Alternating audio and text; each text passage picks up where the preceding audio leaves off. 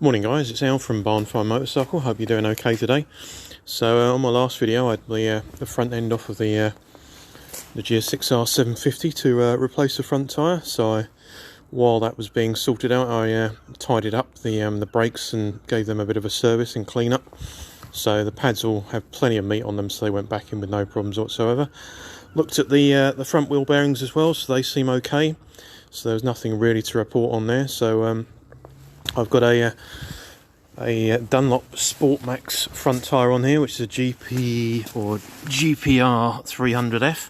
So I'll be trying it out today, try and break it in, because obviously the first few miles you've still got some releasing agent on the actual tyre, so you always need to be a bit careful when you first start riding these things, because especially on slippery roads it can be a bit twitchy. So give it a bit of time to break in.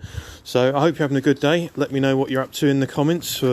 Building new bikes or got new projects on the go, and if you're out riding today, ride safe and have a great weekend. So hope you check in on the website as well. So take care and speak to you soon.